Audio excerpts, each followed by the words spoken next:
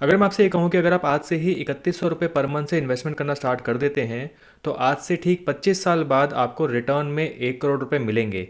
तो क्या आप मेरी इस बात पे यकीन करेंगे? पूरी कैलकुलेशन के साथ, सारे सबूतों के साथ आज मैं इस वीडियो में आपको बताऊंगा और वीडियो के एंड तक आते आते आपको मेरी इस बात पे यकीन हो जाएगा, ऐसा मेरा पूरा मानना है। अब ये 3100 रुपये का अमाउंट कहाँ से आया? ये अमाउंट 3000 रुपये या 5000 रुपये या ऐसा कोई अमाउंट क्यों नहीं है? जल्दी आपको पता चल जाएगा और वीडियो के एंड में मैं कुछ सवालों के जवाब भी देने वाला हूँ, क्योंकि मैं इस टाइप की वीडियो बना रहा हूँ तो आप लोगों के बहुत सारे सवाल आने वाले हैं। तो बिना टाइम वेस्ट के जल्दी से स्टार्ट करते हैं। मेरा नाम है रंजन, आप देख रहे हैं योर एवरीडे गाइड। तो मैं फिर से एक बार रिपीट कर देता हूँ कि मेरी पूरी कोशिश रहेगी इस वीडियो के ज़रिए कि मैं आपको इन्वेस्टमेंट कैसे काम करता है ये मैं आपको समझा पाऊँ। तो अपने नाक, कान, गला, दिमाग सब कुछ खोल के रखना, क्योंकि बहुत कुछ आने वाला है। तो मान लेते हैं आपकी जो मंथली सैलरी है वो है 20,000 रुपये या 20,000 रुपये के आसपास की आपकी सैलरी है। 20,000 रुपये का एग्जाम्पल मैं इसे लेके चल रहा हूँ क्योंकि इस वीडियो को बनाने से जस्ट पहले मैंने अपने चैनल पे एक पोलिंग की थी जिसमें मैंने आपसे आपकी सैलरी रेंज पूछी थी। तो अधिकतर जो लोगों ने चूज़ किया है वो 10,000 से 20,000 रुपये के आसपास की सैलरी चूज़ करी है।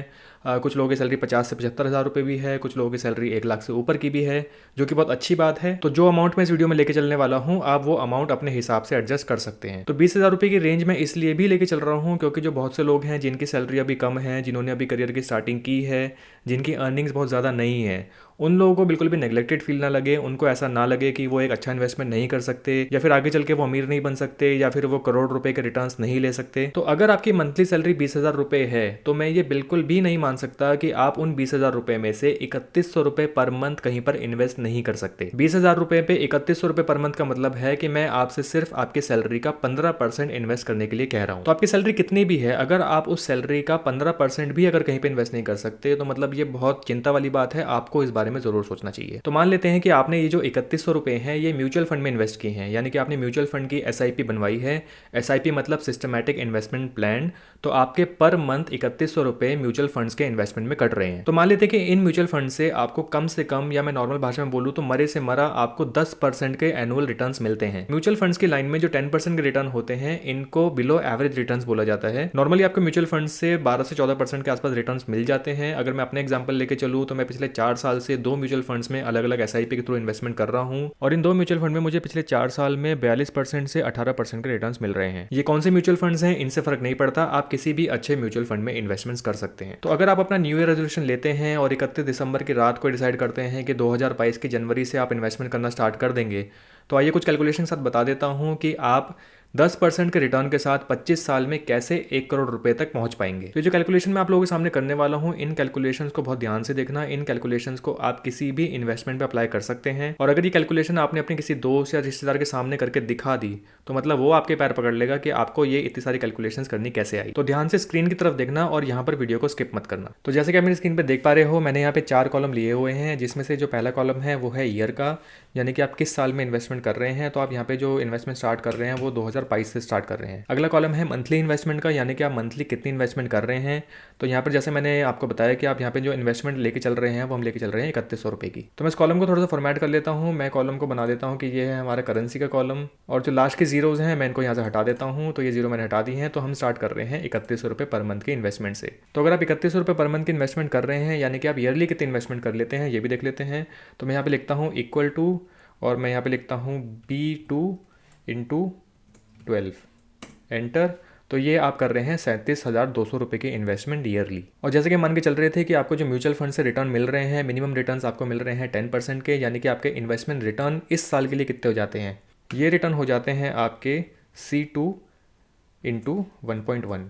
इस कॉलम को भी हम फॉर्मेट कर लेता हूँ, करेंसी है और इस डेसिमल के बाद जो वैल्यू है वो वैल्यू मैंने हटा दी है। तो पहले साल की जो इन्वेस्टमेंट आपने स्टार्ट करी वो आपने इन्वेस्टमेंट स्टार्ट करी 3100 रुपये से। तो अगले साल यानी कि 2023 में हम कितनी इन्वेस्टमेंट करने वाले हैं? अब ऐसा तो नहीं कि आप जिंदगी भर 20,000 रुपये ही कमाने वाले हैं, अगले 25 साल तक आपकी सैलरी 20,000 ही रहने वाली है। तो जो मिनिमम इंक्रीमेंट हम लेके चलते हैं वो लेके चलते हैं कि आपकी सैलरी मिनिमम 7% तो इंक्रीज करनी चाहिए। 7% इसलिए क्योंकि जो इन्फ्लेशन रेट है इंडिया का वो है 5.98% का।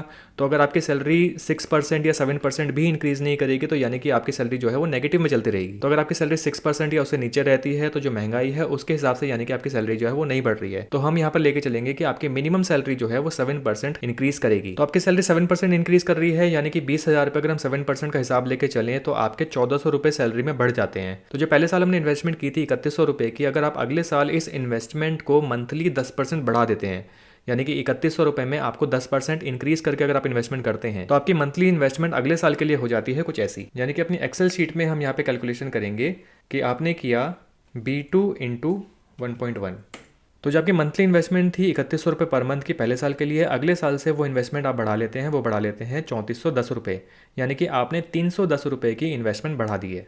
तो जब आपको सैलरी में इंक्रीमेंट मिला था 1400 रुपये का, उन 1400 रुपये में से मैं सिर्फ आपको 310 रुपये बढ़ाने के लिए कह रहा हूँ, बाकी के पैसा आपके पास ही रहेंगे, उसको आप जैसे मर्जी इस्तेमाल कर सकते हैं। सिर्फ आपको 310 रुपये पहले साल बढ़ाने हैं, जो कि मुझे लगता है कोई बहुत बड़ा हैवी अमाउंट नहीं है। जैसे जैसे आपकी सैलरी बढ़ रही है वैसे वैसे आपके इन्वेस्टमेंट भी बढ़ सकते हैं। तो इस हिसाब से आपकी जो ईयरली इन्वेस्टमेंट हो जाती है वो हो जाती है, मैं यहाँ पे फॉर्मूला लिखता हूँ, इक्वल टू B3 इंटू 12। तो आपकी ईयरली इन्वेस्टमेंट अब बढ़ के हो गई है 40,920 रुपये। तो इस इन्वेस्टमेंट पे आपको जो रिटर्न मिलेंगे वो रिटर्न मिलेंगे कंपाउंड इंटरेस्ट के हिसाब से, यानी कि जो आपने पहले इन्वेस्ट किया हुआ था पहले साल पे वो था आपका 40,920 रुपये आपने इन्वेस्ट किया था। अब जो आपने नया इन्वेस्टमेंट किया है वो फिर से 40,920 रुपये का इन्वेस्टमेंट किया है। तो हमारा जो इस साल का इन्वेस्टमेंट रिटर्न हो जाएगा वो हो जाएगा कुछ इस तरीके से, इक्वल टू मैं यहाँ पे लिखता हूँ D2 प्लस C3, और इन सब को हम मल्टीप्लाई करेंगे 1.1 से, यानी कि दूसरे साल में जो आपने इन्वेस्टमेंट की है उस पर जो आपको रिटर्न मिल रहे हैं वो मिल रहे हैं 90,024 रुपये का। तो ये जो सेम चीज़ हमने मैनुअली कैलकुलेट की है एक्सेल में, हम इसको ऑटोमेट कर सकते हैं। तो ये जो 2022 से 2023 तक के ईयर हैं, मैं इनको सिंपली ड्रैग कर सकता हूँ। तो मैं इसको ड्रैग करके नीचे तक ले आता हूँ यहाँ तक। तो हम 2022 से लेकर 2046 तक की इन्वेस्टमेंट कर रहे हैं, और ये जो मंथली इन्वेस्टमेंट थी इनको भी मैं यहाँ पर ड्रैग करके नीचे तक ला सकता हूँ, तो ये ऑटोमेटिकली कैलकुलेट कर देगा आपके लिए। तो आपकी जो मंथली इन्वेस्टमेंट्स हैं वो कुछ इस तरीके से चल रही हैं। इन कॉलम को मैं फॉर्मेट कर देता हूँ, तो मैं इसको यहाँ से फॉर्मेट करके, करेंसी हमारे पास है तो जो जीरो है वो मैं हटा देता हूँ। तो जो आपकी ईयरली इन्वेस्टमेंट है इनको भी मैं ड्रैग करके नीचे तक ला सकता हूँ। तो आपकी ईयरली इन्वेस्टमेंट जो बन जाएगी वो कुछ इस टाइप की बन जाएगी, इसको भी हम फॉर्मेट कर लेते हैं। तो ये आपकी मंथली इन्वेस्टमेंट आप देख सकते हो, और आपकी जो ईयरली इन्वेस्टमेंट है वो भी आप देख सकते हो। तो आपको इन्वेस्टमेंट रिटर्न कितने मिलने वाले हैं, तो इन रिटर्न्स को भी मैं ड्रैग करके नीचे तक ले आता हूँ 25वें साल तक। तो सरप्राइजिंगली आप देख सकते हैं, मैं इसको थोड़ा सा फॉर्मेट कर देता हूँ कि यहाँ पर जो आपको 25वें साल में जो आपको रिटर्न मिल रहे हैं कंपाउंड इंटरेस्ट के हिसाब से, जैसे जैसे आपकी इन्वेस्टमेंट बढ़ रही है उसके हिसाब से, वो आपको मिल रहे हैं 1,76,277 रुपीज़ के रिटर्न 25वें साल पे। तो कैलकुलेशन बहुत इजी थी, इसमें मैंने कोई भी हैवी कैलकुलेशन नहीं की है। हमने सिंपली जो कंपाउंड इंटरेस्ट का फॉर्मूला होता है उसके हिसाब से हमने कंपाउंड इंटरेस्ट पे जो हमें इंटरेस्ट मिलना चाहिए म्यूचुअल फंड का 10% के हिसाब से हमने वो कैलकुलेट किया है।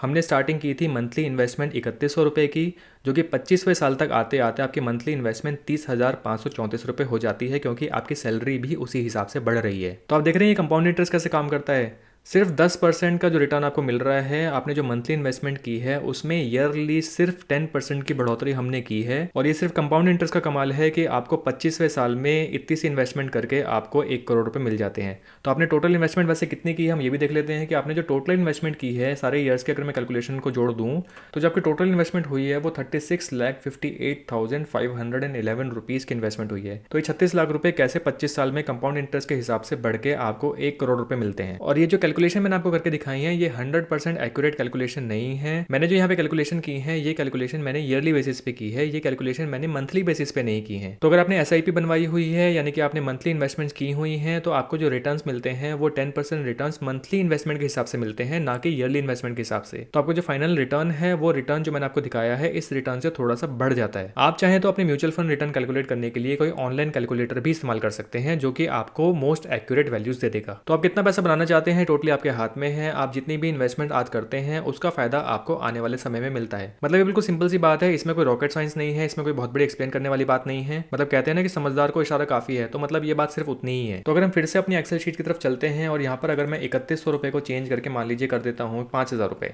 तो अगर आप 5,000 रुपये मंथली इन्वेस्टमेंट कर रहे हैं तो सारी चीज़ें ऑटोमेटिकली कैलकुलेट हो जाएंगी। मैं यहाँ पे एंटर बटन दबाता हूँ तो आप देखिए कि आपको फाइनली यहाँ पे कितने मिल रहे हैं। आपको मिल रहे हैं 1,62,00,000 रुपये। तो जिन लोगों की सैलरी 50 से 75,000 रुपये के आसपास है, अगर वो मान लीजिए 10,000 रुपये भी मंथली इन्वेस्टमेंट के हिसाब से करते हैं तो 10,000 का मैं यहाँ पे लिख देता हूँ, तो यहाँ पर आपको मिलते हैं रिटर्न में 3,25,00,000 रुपये के आसपास। और वहीं जिनकी सैलरी 1 लाख रुपये से ऊपर है, अगर मान लीजिए वो 50,000 रुपये अगर मंथली इन्वेस्टमेंट कर रहे हैं तो उसको 10% के हिसाब से बढ़ाते हैं तो यहाँ पर उनको रिटर्न मिलते हैं सीधे 16,25,00,000 रुपये। मतलब 16,25,00,000 रुपये। आप समझ रहे हैं कितना अमाउंट होता है। और फाइनली अगर 25 साल बाद आपको जितना भी अमाउंट मिला है, चाहे वो 1 करोड़ रुपए का है, फिर चाहे वो 10 करोड़ रुपए का अमाउंट है, अगर आप उस अमाउंट को भी विड्रॉ नहीं करते हैं, उसको एज एन इन्वेस्टमेंट पड़ा रहने देते हैं, तो आगे की कैलकुलेशन आप अपने हिसाब से करके देख लीजिए कि आपको हर साल कितना रिटर्न मिलेगा यानी कि आपको पर मंथ पेंशन के रूप में कितना अमाउंट मिलेगा। तो आज से 25 साल बाद जब आपके बच्चे बड़े होंगे, उनका हायर एजुकेशन का टाइम आएगा, या फिर मान लीजिए उनको कोई बिजनेस ही ओपन करना है, तो आपके पास फंड्स की, पैसे की बिल्कुल भी कमी नहीं होगी और आप इजीली अपनी आगे की लाइफ बहुत आसानी से बिता सकते हैं। वहीं अगर आप इतने ही अमाउंट को अगर सेविंग्स बैंक अकाउंट में रखते हैं, या फिर एफडी में रखते हैं, या फिर पीपीएफ अकाउंट में रखते हैं, तो मैं गारंटी से कह सकता हूं कि 1 करोड़ रुपए पे आपको कम से कम 40 से 45 लाख रुपए का नुकसान होने वाला है। यानी कि 40 से 45 लाख रुपए का नुकसान। अगर आप ये सुनकर भी अगर आप इन्वेस्टमेंट नहीं कर रहे हैं, चाहे म्यूचुअल फंड हो, चाहे कोई स्टॉक की इन्वेस्टमेंट हो, या कोई भी इन्वेस्टमेंट हो, तो मुझे लगता है कि आपसे ज़्यादा अमीर आदमी इस दुनिया में कोई नहीं होगा।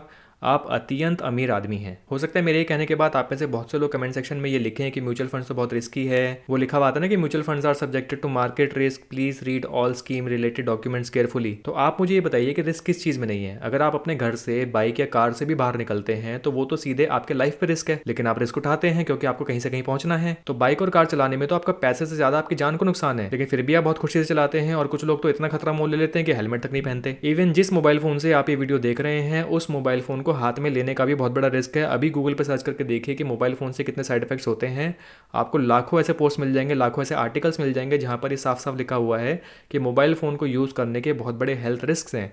बट फिर भी आप मोबाइल फोन यूज करते हैं, तो रिस्क लेने के अलावा आपके पास कोई दूसरा ऑप्शन है ही नहीं। एफडी या पीपीएफ या ऐसी जगह पर अगर आप कहीं इन्वेस्टमेंट करते हैं तो जितने आपको रिटर्न्स नहीं मिलते हर साल, उससे ज्यादा तो इन्फ्लेशन आपके पैसे खा जाता है। मतलब ऑप्शंस और भी हैं। मैं ये नहीं कह रहा कि आप सिर्फ म्यूचुअल फंड में ही इन्वेस्ट करो। अगर आपको इन्वेस्टमेंट की नॉलेज है तो म्यूचुअल फंड के अलावा आप स्टॉक्स में या आईपीओज में या कहीं पर भी इन्वेस्टमेंट कर सकते हैं। लेकिन आपको स्टार्ट कहाँ से करना चाहिए, इन्वेस्टमेंट की शुरुआत कहाँ से करनी चाहिए, मैं सिर्फ आपको उस चीज का सजेशन दे रहा हूँ। बाकी टोटली आपकी मर्जी है, बाकी टोटली आपकी प्रायोरिटी है। आप किस चीज को सेफ मान के इन्वेस्ट करना चाहते हैं, आप टोटली उस चीज में इन्वेस्ट कर सकते हैं। तो अगर आपको म्यूचुअल फंड बहुत रिस्की लगते हैं, अगर आप यहाँ पे पैसा इन्वेस्ट नहीं करना चाहते हैं, तो मुझे कोई आप एक ऐसी स्कीम बता दीजिए जहां पर आप इन्वेस्टमेंट करना चाहते हैं जो कि रिस्की बिल्कुल भी नहीं है और आपको 12 से 14% का रिटर्न भी मिल जाता है। मतलब मैं और बाकी दुनिया भी उस स्कीम में इन्वेस्ट करना चाहेगी, वो क्यों रिस्क लेना चाहेगी। तो अगर आपके पास कोई अच्छा सजेशन है तो मुझे कमेंट सेक्शन में लिख के जरूर बताइएगा। तो अब बात करते हैं लोगों के कुछ कॉमन सवाल जवाब की। मुझे पता है कि जैसे मैं वीडियो पोस्ट करूंगा तो बहुत सारे डाउट्स से रिलेटेड कमेंट्स आने वाले हैं, तो इससे पहले कि आपके वो कमेंट्स आए, मैं इस वीडियो में पहले ही क्लैरिफाई कर देता हूं। तो इस वीडियो से पहले मैंने पोलिंग की थी जिसमें मैंने इस वीडियो का एक जिक्र किया था कि मैं एक ऐसी वीडियो बनाने वाला हूं, तो लोग उसमें इंटरेस्टेड हैं कि नहीं है। तो उस पोलिंग का रिजल्ट कुछ ऐसा था जिसमें लोगों ने कहा था कि हाँ वो इंटरेस्टेड है इस वीडियो को देखने के लिए। कुछ लोगों ने कहा था कि ना भाई 25 साल तक कौन वेट करेगा। मतलब आप पैसे भी कमाना चाहते हैं, आप रिटर्न भी बहुत अच्छे चाहते हैं, लेकिन 25 साल वेट भी नहीं करना चाहते। तो मतलब आप चाहते क्या है कि आप चाहते हैं कि आप ओवरनाइट आप करोड़पति बन जाएं। मतलब आप 500 रुपए कहीं पे इन्वेस्ट करें, कोई लॉटरी का टिकट परचेस करें और आपके सीधे 5 करोड़ या 10 करोड़ रुपए की लॉटरी लग जाए। देखिए इन्वेस्टमेंट एक ऐसी चीज है, ये ओवरनाइट नहीं होती। इसके लिए आपको थोड़े से पेशेंस रखने पड़ेंगे, अपने पैसे को कहीं पे इन्वेस्ट करना पड़ेगा। अगर आप गुल्लक में अपना पैसा रख रहे हैं तो गुल्लक में जितने आप पैसे डालेंगे आपको 25 साल बाद उतने ही पैसे वापस मिल जाएंगे।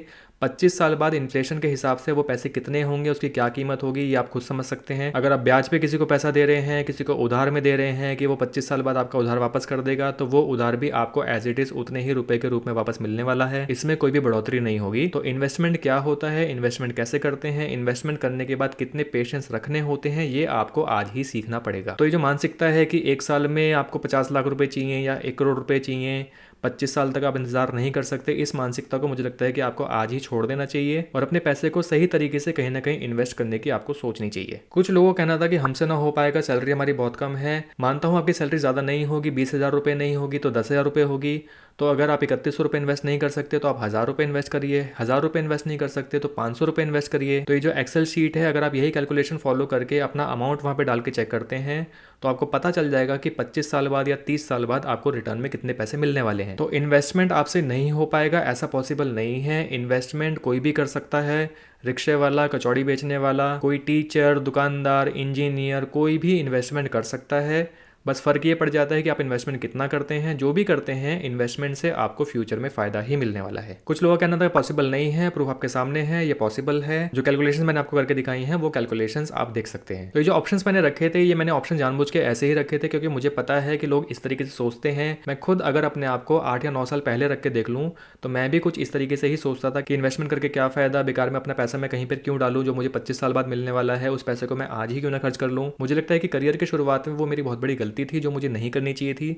अगर कोई उस वक्त इस टाइप की वीडियो मुझे कोई दिखा देता या गाइड कर देता तो शायद मैं उस दिन से ही इन्वेस्टमेंट करना स्टार्ट कर देता। तो ये तो होगी पूलिंग की बात। अगली बात करते हैं। एक यूजर का मेरे पास कमेंट आया था कि ये जो 1 करोड़ रुपए के रिटर्न की हम बात कर रहे हैं 25 साल बाद इन्फ्लेशन रेट के हिसाब से ये 1 करोड़ रुपए का क्या फायदा, या इस 1 करोड़ रुपए की क्या वैल्यू होगी। मानता हूं कि इन्फ्लेशन के हिसाब से अगर देखा जाए तो इस 1 करोड़ की वैल्यू आज से 25 साल बाद 1 करोड़ रुपए नहीं होगी, 1 करोड़ रुपए से काफी कम होगी। हो सकता है 50 लाख रुपए हो सकता है 60 लाख रुपए हो, ये तो फ्यूचर ही बताएगा। बट हाँ, इसकी वैल्यू कम जरूर होगी। बट अगर आप इन्वेस्टमेंट आज से स्टार्ट नहीं करते हैं, अगर आप इस पैसे को भी इन्वेस्ट नहीं करते हैं, तो इन्फ्लेशन के हिसाब से जो फ्यूचर में आपको 50 लाख रुपए की वैल्यू मिलने वाली है वो वैल्यू भी आपको नहीं मिलेगी। अगर आप सेविंग्स बैंक अकाउंट में या एफडी में रखते हैं, तो मैंने इससे पहले एक वीडियो पोस्ट की थी जिसमें मैंने मिस्टेक्स बताई थी, जिसमें मैंने बताया था कि जो इंडिया का करंट इन्फ्लेशन रेट है वो 5.98% के आसपास का है, और जो एफडी से आपको रिटर्न मिलते हैं वो मिलते हैं 5% के। यानी कि अगर आप आज एफडी में पैसा रखते हैं तो 25 साल बाद आपका बैलेंस नेगेटिव में होगा, क्योंकि जितनी एफडी से रिटर्न नहीं मिल रही है उससे ज्यादा आपके खर्चे बढ़ जाएंगे। तो पैसा इन्वेस्ट करना जरूरी है। 1 करोड़ रुपए की वैल्यू 1 करोड़ रुपए 25 साल बाद ना रहे, लेकिन आपको इन्वेस्ट जरूर करना चाहिए। अगला डाउट आ सकता है कि म्यूचुअल फंड्स की क्या गारंटी है कि हमें रिटर्न देगा, ये तो बहुत रिस्की है, अगर मार्केट गिर गई तो क्या होगा। रिस्की जरूर है, मैं इस चीज का जवाब दे चुका हूँ। इन्वेस्टमेंट्स रिस्की हमेशा होते हैं, लेकिन इन्वेस्टमेंट्स करने के अलावा आपके पास कोई दूसरा सोल्यूशन नहीं है। अगर आप चाहते हैं कि आपकी वेल्थ इंक्रीज करे, फ्यूचर में आपको अच्छे रिटर्न्स मिले, तो पैसा तो आपको कहीं ना कहीं इन्वेस्ट करना ही पड़ेगा। अगला सवाल आता है कि कौन से म्यूचुअल फंड में इन्वेस्ट करें, ऐसा कौन से म्यूचुअल फंड है जो आपको अच्छे रिटर्न देंगे। ये चीज़ अगर आप कुछ दिन एनालाइज करके देखेंगे, कुछ बैंक्स की वेबसाइट पर जाके देखेंगे, या जो इन्वेस्टमेंट्स की जो बहुत सारी वेबसाइट्स अगर आप उन पर जाके देखेंगे, तो जिन भी म्यूचुअल फंड्स के अच्छे रिटर्न्स आ रहे हैं, पिछले पास परफॉर्मेंस आप उनकी चेक करिए, 15 साल 20 साल में उन्होंने कितने रिटर्न दी है, तो राउंड अबाउट आगे चल के भी आपको ऑलमोस्ट अराउंड उतनी रिटर्न मिल सकती है। तो ऐसा कोई खास नाम नहीं है म्यूचुअल फंड का कि मैं जहाँ पे इन्वेस्ट कर रहा हूँ मैं आपको वो नाम बता दूँ, ऐसा कुछ नहीं है। आप जिस भी म्यूचुअल फंड में चाहें आप उस म्यूचुअल फंड में इन्वेस्ट कर सकते हैं, बस आपको उसकी पास परफॉर्मेंस चेक करनी पड़ेगी। और जैसे जैसे आप इन्वेस्ट करते चलेंगे आपकी नॉलेज बढ़ती जाएगी, तो आप म्यूचुअल फंड से हट के थोड़ा सा पैसा म्यूचुअल फंड में लगा के, थोड़ा सा पैसा स्टॉक्स में लगा के, आईपीओ में लगा के, मतलब अपनी प्रोफाइल को थोड़ा सा और ज़्यादा डाइवर्सिफाई करके, थोड़ा सा और एक्सपैंड करके आप हर जगह से कुछ कुछ इन्वेस्टमेंट्स करके कुछ कुछ प्रॉफिट निकाल सकते हैं। तो दोस्तों ये थे बेसिक डाउट जो मुझे लगता है कि सबसे पहले आपके मन में आने वाले हैं, तो मैंने इनको थोड़ा सा क्लैरिफाई करने की कोशिश की है। अगर फिर भी आपके मन में कोई डाउट है, कोई सवाल है, तो आप कमेंट सेक्शन में लिख के मुझसे पूछ सकते हैं। मैं कोशिश करूंगा हर एक कमेंट का रिप्लाई करने की। तो हो सकता है कि आगे चल के कुछ डिटेल्स मैं इस वीडियो के डिस्क्रिप्शन में डाल दूँ, अपना एक कमेंट करके उस कमेंट को मैं सबसे टॉप पे डाल के उस कमेंट में मैं कुछ ना कुछ सवाल जवाब पोस्ट करता रहूँ, आपको बताता रहूँ। तो मेरा जो अपना कमेंट होगा और जो इस वीडियो का डिस्क्रिप्शन होगा उस पर आप नजर जरूर रखिएगा। तो अगर ये वीडियो आपको पसंद आई है, इस वीडियो से आपको कुछ जानकारी मिल पाई है, तो इस वीडियो को लाइक करके मुझे बताएं, और अपने जो भी आपके सजेशंस हैं या जो भी आपके क्वेश्चंस हैं आप कमेंट सेक्शन में मुझसे पूछ सकते हैं। जल्दी मिलते हैं अगली वीडियो में। चैनल को सब्सक्राइब करना मत भूलिएगा। Thank you for watching.